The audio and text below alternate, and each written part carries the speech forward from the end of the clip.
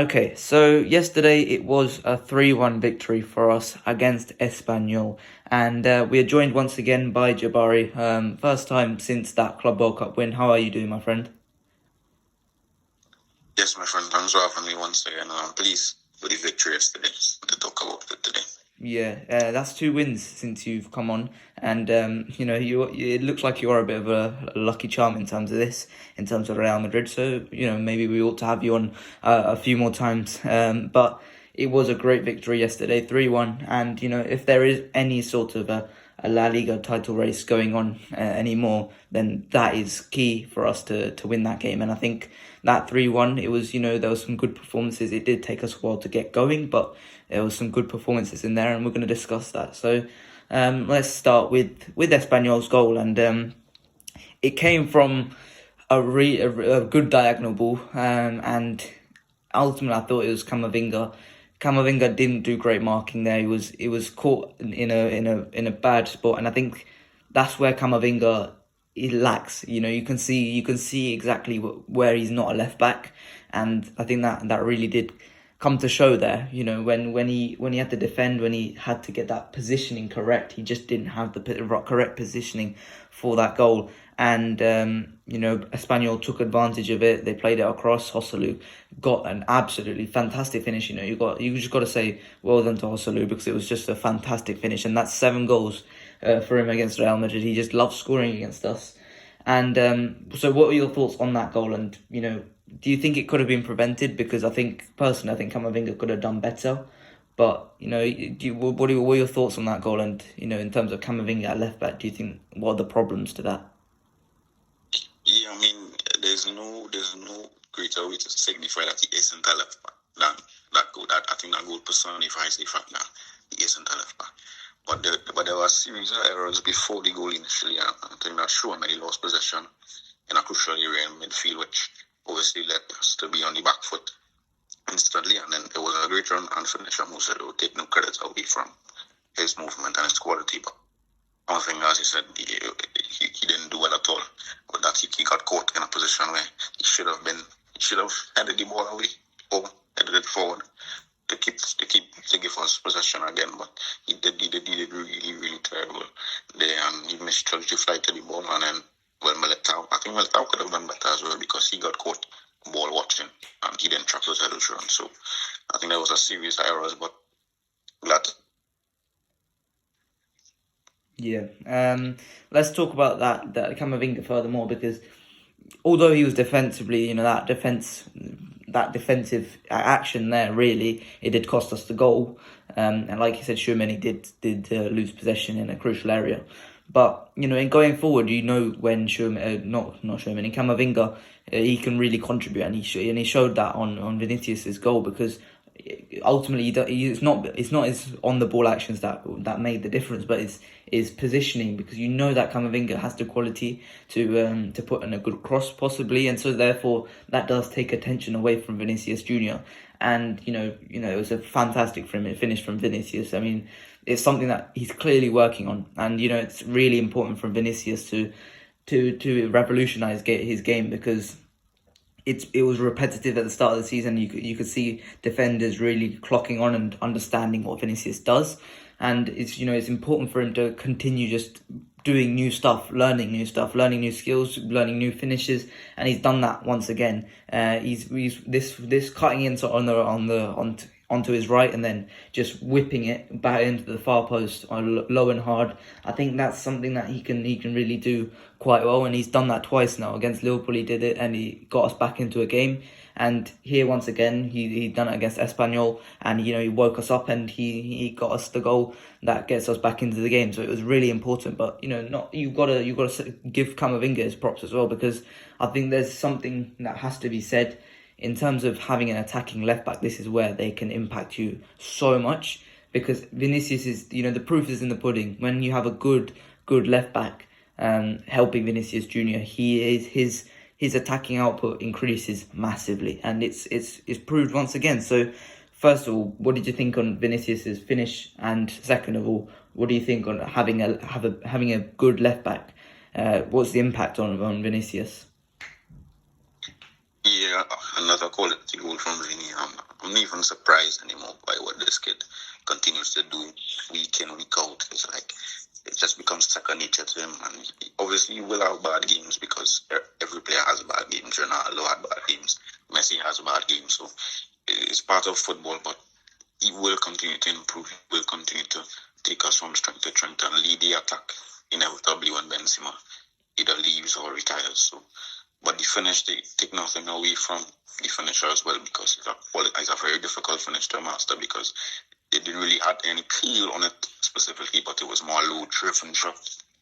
Killed at the last minute into the far post, so it was a quality finish. Camavinga, and I actually think that Camavinga, one of his best attributes is his off-the-ball movement. If you remember his Champions League debut against Inter last season, where he basically created Rodrygo, the winner, via his third man run into the box, and then he passed it to Rodrygo, and Rodrygo converted. So his off-the-ball movement is one of his best attributes, in my opinion. So it's always nice to see that he's getting recognition for it now. But it's a quality run, because you need that, as you said, from your left back when you have a winger like Vinicius, because some left backs always tend to think that when you have great 1v1 wingers, that you can't just let them beat 5 players in a row and then they'll conjure up something, or sometimes you need to overlap and pull away 2 defenders or 3 defenders or whatever the situation may be, to leave them with more space to wound them at the and to get a shot off from target or create a goal scoring opportunity from a cross or from a chance created from a pass. So it's always key to have a left back attack and full back when you have a winger like that.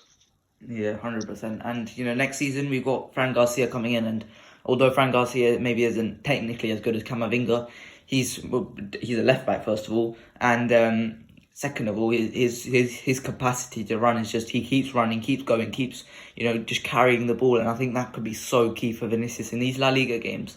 Mendy is coming back, and that's huge for the Champions League, but we've seen the issues with Mendy in these La Liga games, and the fact that he just can't contribute in an attacking sense, to help Vinicius Junior. And I think when Fran Garcia comes in next season, it's going to be huge for us to have him in an attacking sense. But let's talk about that midfield. And first of all, we've got to talk about Tchouameni, because it was, again, he had to take some blame for that first goal. But the Trivela assist to Militao, it was just perfect. It was truly fantastic, and this is not criticism to Casemiro, but there's no way in hell Casemiro could have done that. And Casemiro, I love him, he was fantastic, but this is where Tchouameni really does make a big impact for us, because his technical ability is just so good.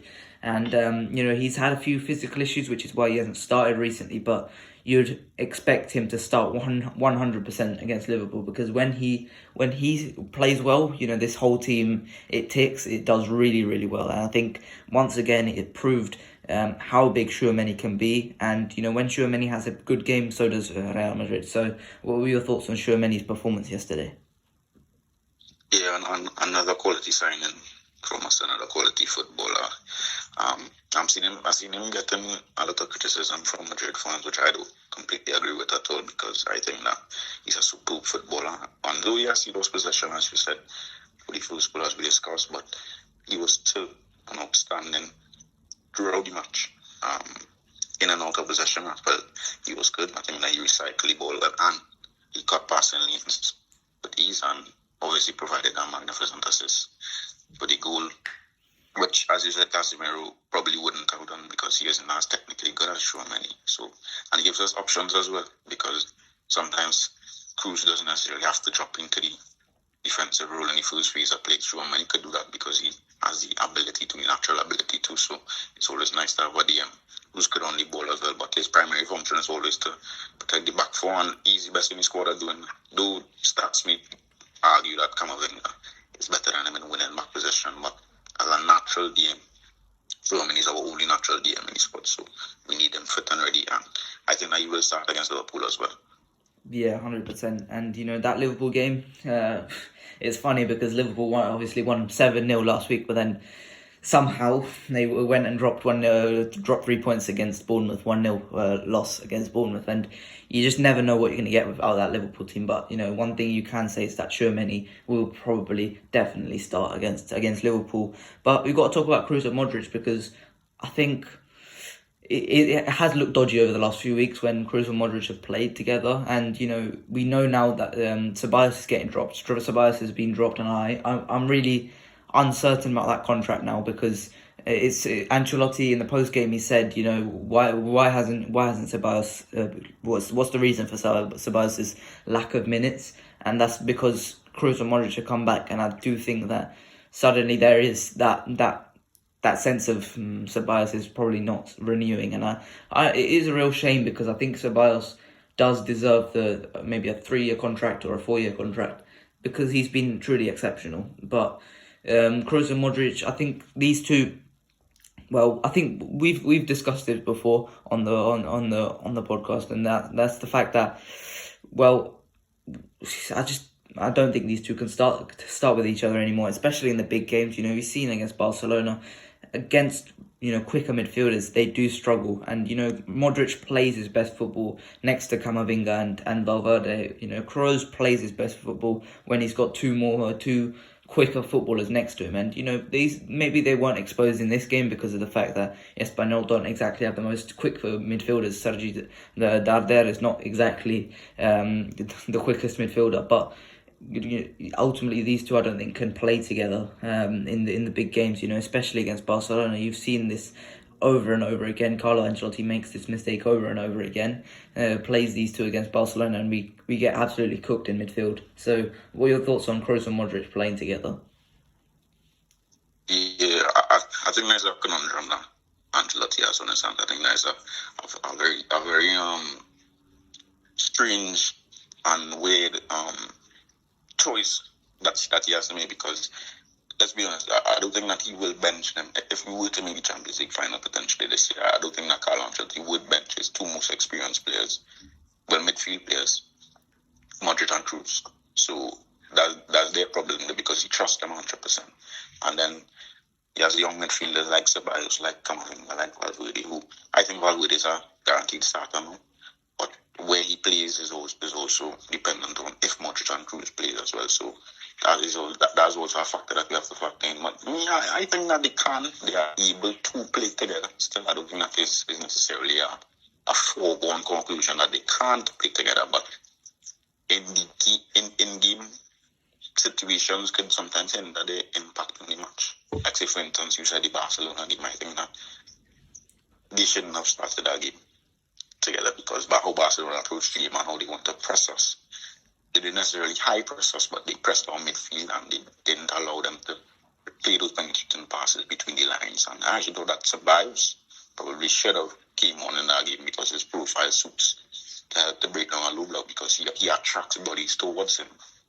And therefore, opens up space for finishers or for Benzema to operate in. And he can't find those passes in between the lines. And that Vini Ceballos combination, I think that Ceballos is always looking for that pass, a penetrating pass in between the right centre back and the right back to find Vinicius. And I've seen that recently as well, like 2 or 3 times during these games. So yeah, but I definitely think that they are able to play together. But do I want them starting week in, week out together? No, because I don't think that they are able to start week in, week out due to their fitness levels and their age. So yeah.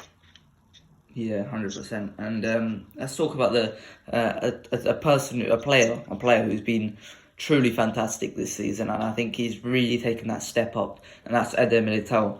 We've always known Eder Militao's capacity to become an exceptional footballer, and I think that began in probably the 2021 season, where we knew when he starting, when Ramos, got those injuries, kept getting injured, and Eder Militao had to start. We knew that you could just see Eder Militao had the potential to become a really good footballer. And last season, there were hints of that.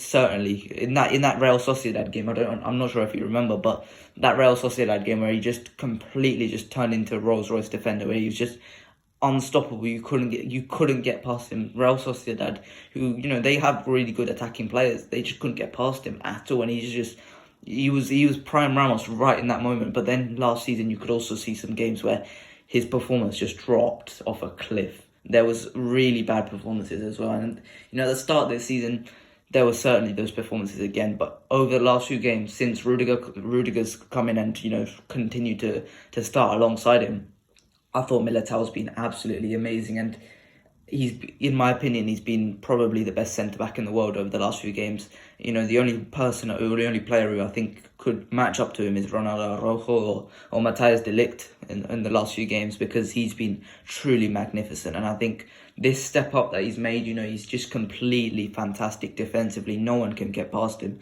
and he's finally learnt that skill of defending as a two. Just you and the other centre back plays together. You have to, at Real Madrid, you have to defend like that. You can't be relying on the left back and the right back to defend alongside you. You have to be able to defend alongside only one other defender, and that's what Militao's learned how to do. And last season Militao was getting on the end of some really good crosses off the set pieces, but he was just not directing them correctly. Well, this season he's been truly magnificent, from the set pieces. 6 goals from set pieces this season, and I think that's not going to stop. He's going to continue scoring from the set pieces. His heading accuracy has really improved, and this finishing from these set pieces is valuable. It's so valuable for us to have. So I'm really happy with Militao, and I think he's been really, really good. Probably one of our best players this season, without a doubt. So, what are your thoughts on Eder Militao's rise this season, and his rise to world class? Because he has been world class for the last few games. Yeah, you said that he's one of our best players, but I would argue that he's been our best performer consistently throughout the season, because we have Courtois, who hasn't been at the level as we've seen that he can be.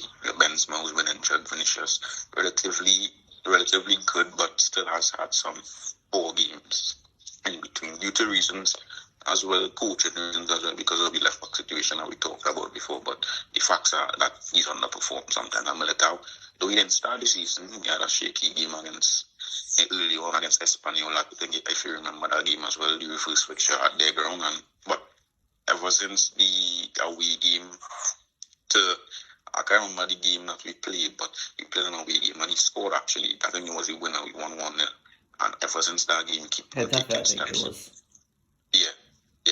And he keep on taking leaps and bounds. And he's one of the best centre backs in the world, in my opinion. He is the best centre back in the world. And we have the 2 best centre backs in the world in La Liga, Araujo and Militao. But the problem with Militao was never talent. It was never ability. It was never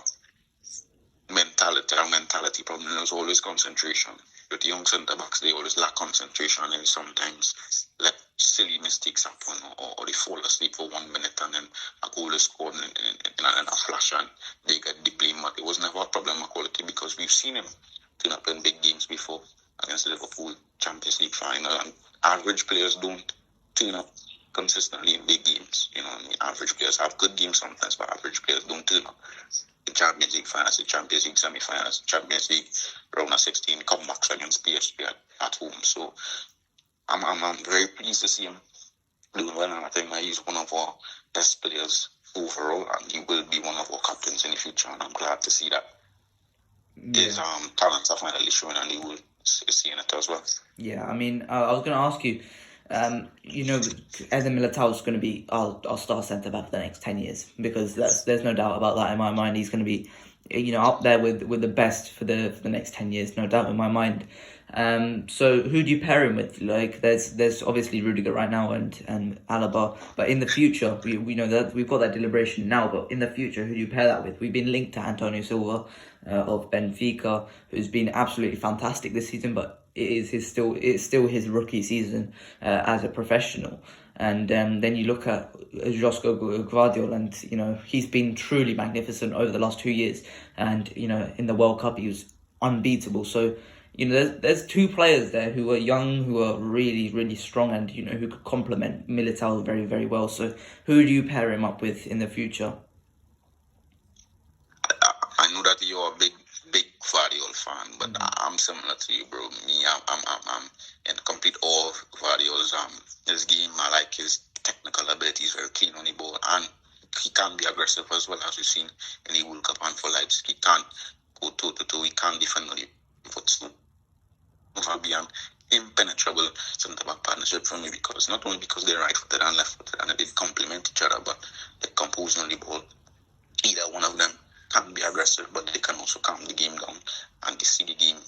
They can play forward, they can penetrate passes between the lines. So that would be an absolute steal of a centre-back partnership for me, and one of the best in our history. If we do get Guardiola, I don't know, his price is a bit hefty, but let's see if the club continues to pursue him. Guardiola and Militao, for me, would be impenetrable.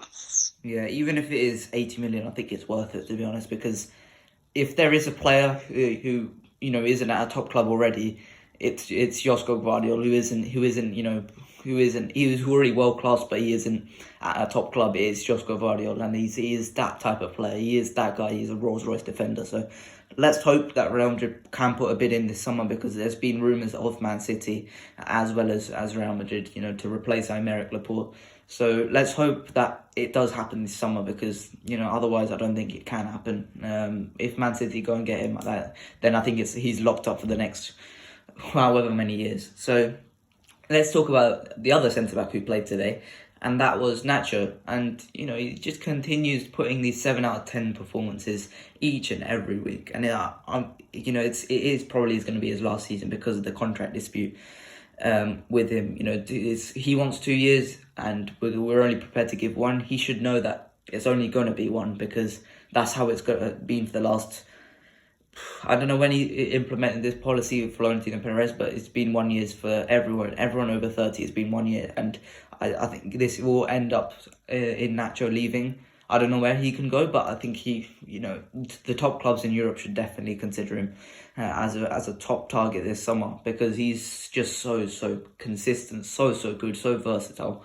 And it's a shame. It's a shame that he leaves over a contract dispute, because that's not how he should leave. So many years of service. He's 33 now, and he's been with us for probably 12 years plus. Yeah, he's been magnificent, and he's going to leave this summer probably. Who do you think can replace him? Because I don't think there is a player in world football that can definitely adequately replace Nacho Fernandez. We've got Vallejo on the bench. I think Vallejo could do a job, because he proved last season that he can play left back.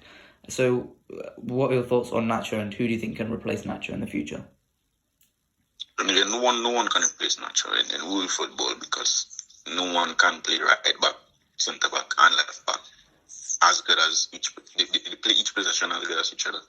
So therefore, no one can replace Nacho. And despite not even being a consistent starter for us throughout the years, I still think that he's a Real Madrid legend because of his services in big games, because of his contributions off the bench whenever we need him, and he never complains. With this season, for me, he has actually been vocal about his dissatisfaction with his situation.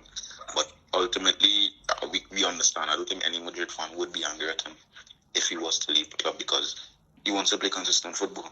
I think that he hasn't retired from the Spain national team, so maybe he wants to get a call up for the Euros, and so we have to see, but no one can replace Nacho. And another solid performance, another match worthy performance from him, and he has had many of those this season, whether it be against Liverpool, against Mohamed Salah, one of the best players in world football, or it's a simple game at home against Espanyol where things can get complicated, but he showed his experience, he showed his natural class, and once again he proved why he's one of the best squad players in our history. So I'm pleased for Nacho, and I definitely hope that he stays, but if he does leave, he'll have my support 100%.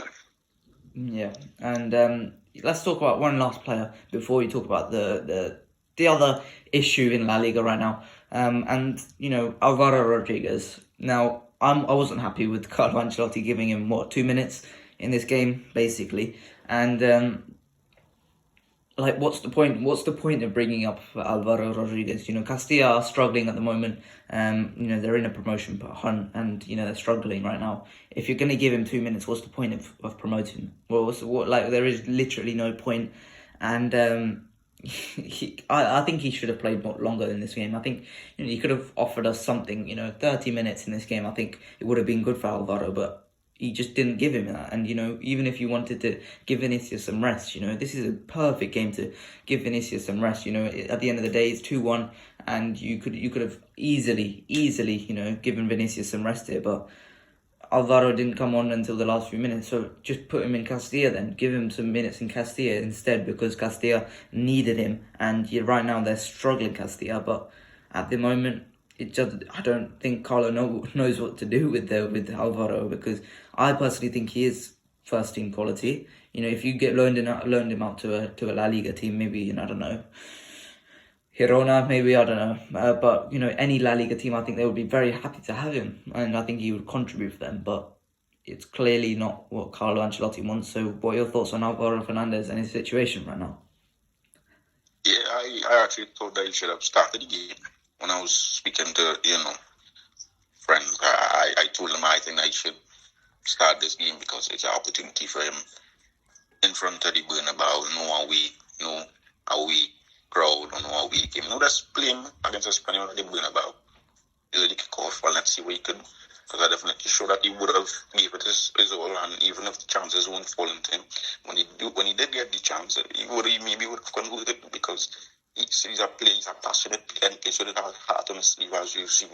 But many South Americans, Freddie, they always love to play football, and they love Real Madrid as well, which is always a plus. So he definitely would have done well from the start. But even if you don't start him, you bring Vinicius off 60 minutes.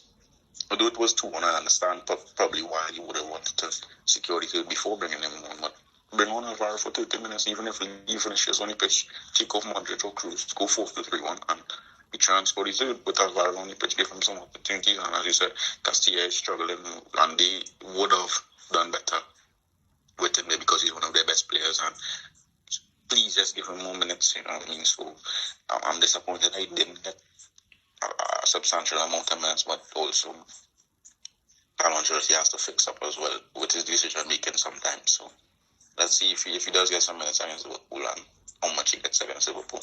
Yeah, if the game's done with 20 minutes ago, I think it's perfectly okay to give Alvaro Rodriguez maybe to 20 minutes, and I think it would be completely fine in that game to give him that. So I wanted to talk about Carvalho as well before we move on, because I think he deserves some credit after all the criticism he's been getting in recent weeks. I think this is one of his best games since probably the Club World Cup final. He actually tried to add some variety to his attacking contribution, so it was a good game from him. And defensively, he was solid as well, although he got a stupid yellow for kicking the ball away. But in game, he was still quality. I don't know if you agree with that. Yeah, I think he was. I think he did contribute for us, which he hasn't done in the last few matches. But yeah, he did contribute in the attacking sense, and he did help out. So I think it was one of his better games in the last few games. So and then let's move on. So I mean, the big news in La Liga over the last few games, after the last few weeks, has been the Barcelona scandal, where they reportedly played what's his name, Negreira, a couple of million euros, easy cash, and to favour them in terms of some refereeing decisions.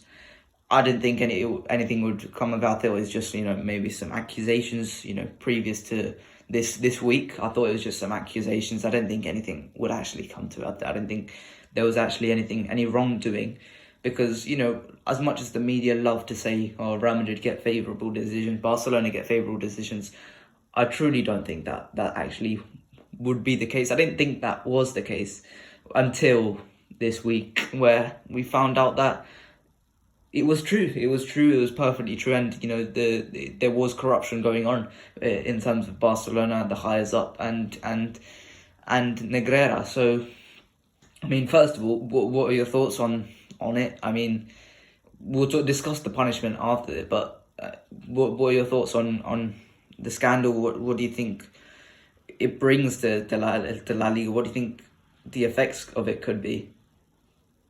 Yeah, I mean, it's a bit of a tricky one to talk about, because on one hand, you want, as a Madrid fan, you want ban to Barcelona for it happening and laugh at them. But on the other hand, the facts are they've just been accused of it. That's the fact. They haven't been found guilty. They haven't even, I don't think they have gone to court yet officially, like in terms of doing the case. So the facts are they haven't been found guilty as yet, but we know that they have been accused of it. And that's a very messy situation for their fans as well, because their Twitter accounts and these accounts aren't even really reporting much of the news, maybe because out of shame or maybe just out, they want to get more gather more information before they share the information to their supporters. But I don't know. I really don't know how to fathom this one, because it can be detrimental for, not necessarily detrimental, but it can have a major impact on the league and the outlook of the league, because corruption is never a good thing. Like, we've seen it with Syria and how that has impacted some big clubs there, and we've seen it. Well, it's going on in Man City at the moment, but we've seen that whole scandal and how their fans and players have reacted to that. So it's a tricky one to speak about, but yeah, we get into it. Yeah, I think it would be detrimental. I think, to be totally honest, you saw it with Serie A, like you said, in the Calciopoli scandal, where Juventus paid the referees. How that league completely got wrecked after that, and it didn't take. It wasn't immediate. There was a couple more years of Milan doing well in Europe and possibly Inter doing well in Europe, but beyond 2010, Serie A completely got destroyed. It completely got turned upside down, and it still is just recovering. It's just recovering to this day. And this year, you've seen already Man City being accused, and you've seen Juventus being punished. Minus 15 points for artificially inflating a player's transfer fee. Well, but I think personally, this is much worse than that. If this is true, this is much worse than that in terms of Barcelona. It should be worse. Ultimately, it would hurt La Liga if Barcelona get punished, and in that case, I don't think it would be bad if Barcelona do get hurt. If Barcelona do get punished, but you can't look at it like that. You've got to look at it from the fact that Barcelona have done something wrong. Barcelona have committed a crime in terms of La Liga, in terms of sporting integrity. They've committed a crime, and yet no one is reporting on it. No one's reporting it. I live in England, and there is just nothing. There is nothing in terms of in the news. There's nothing in terms of the media. In the UK media, there's nothing reporting. And there was that initial just Barcelona is being investigated, and then from Sky Sports. But apart from that, there's been absolutely nothing. And I think that for this, this kind of scandal deserves a lot more media coverage than that. And in terms of punishment, you've got to discuss relegation.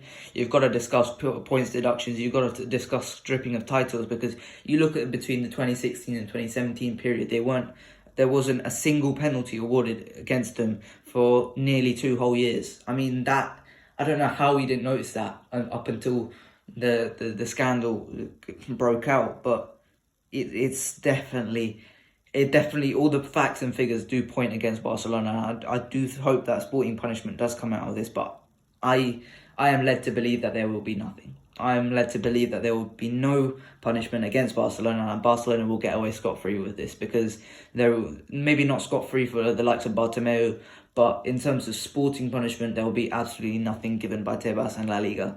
And I think that is a shame, because they've committed a crime. They've completely destroyed sporting integrity within La Liga. But ultimately, what can you do? What can you do when a big organisation like Barcelona has that kind of influence within La Liga? La Liga's hand is forced. Ultimately, they can't really do much because they don't want the league being destroyed. So, what are your thoughts? What do you think the punishment should be for Barcelona? Yeah, I was surprised as well when I saw that stat about no penalties for two seasons or 2 years, because it just flew over my head, as you said, because I never really analyzed it like that they didn't concede a penalty. But nevertheless, it's probably because of the accusations that they get, and it could possibly be true. But do I think that they should be punished? If they are, yes, they should, because, as you said, they committed a crime, and any criminal should be rightfully punished by the law, by the governing bodies, which is in this case La Liga. But I don't think that they can legally, based on what I've read, because I think that 3 years has already passed, and these things are time barred, which means that they can't have any sporting punishments, or in terms of point deductions or stripping of titles. At least from what I've read, that And I think that Tebas has came out and said that as well, that they can't be stripped of any points or titles like that. So I think that the facts are that they can't legally. So this will have to be a substantial amount of money that they will have to pay to the league or to the courts or whoever. And as well, they could be locked up, whoever the president was at that time or who was involved in the scandal. They can't, and they should be locked up if found guilty. So I mean, let's see how they how they do in the case, and if they are found guilty, hopefully they get the right punishment that they deserve. Yeah, and it is the case with these footballers, and just people with a lot of power, they don't get punished. They don't, and unfortunately, I don't think this will be any different. So let's see what happens. I just don't think anything's going to happen here. It's not going to develop, and I think it's just going to leave it as it is. I don't think we're going to hear much. So apart from that, have you got anything else to say on in terms of the Barcelona scandal or the Espanyol post game? Well, a question actually I wanted to ask about Rodrygo. If you think that Rodrygo's and his finishing, what was your thoughts on his finishing recently? Yeah, obviously he hasn't scored goals in the last few La Liga, not in the last few, but over the last few months in terms of La Liga, he hasn't scored. So I think it's a bit disappointing, but he's trying stuff. I think maybe he needs to take some more shots, because it's not a case of his shots being completely wayward, but it's just the fact he's not taking any shots full stop. So he needs to take some more shots, because I think his finishing is actually quite good, but he's not in a position to shoot, so he's not shooting. So I think it is that simple, to be totally honest. I think if he starts taking some more shots, then he starts scoring. But apart from that, I don't think there's much problems with this shooting. So just one last thing as well. Just because you brought up Rodrygo, I want to talk about Asensio as well. Just maybe a minute on Asensio. He scored, came on, and he's been our top scorer in 2023, surprisingly. It does look like more increasingly that he's probably going to go. And I'm not completely against Asensio going, but I'm not completely against Asensio staying either, because at the end of the day, Asensio does provide goals in these little fixtures, which a lot of our other players do not do. So what is your stance on the Asensio situation, and would you renew him or let him go wherever? Yeah, I 100% agree with your take on the situation, because I wouldn't be against him leaving, because he isn't a world-class footballer. He isn't a great footballer, but he's a good footballer, which sometimes squads need. They need a player who could come in, start football matches, score goals, impact the game in some form or fashion. That's what squads need. But does he want to do that? Is the question. Is it to be answered? Because we'll see if he renews or leaves. Because I don't think that if he stays, that I think that he will know that he's a guaranteed starter at Real Madrid. I think that that's a given, as he's seen throughout his Real Madrid career, especially after his injury. But yeah, no doubt. Listen, when Nacho passed the ball to Asensio, I had no doubt that there was going to be a goal, which shows his quality, which shows his ability to finish. So, yeah. Yeah. Okay, so that is it for today. I hope you guys enjoyed. Please like and subscribe, and I'll see you guys later. Bye-bye.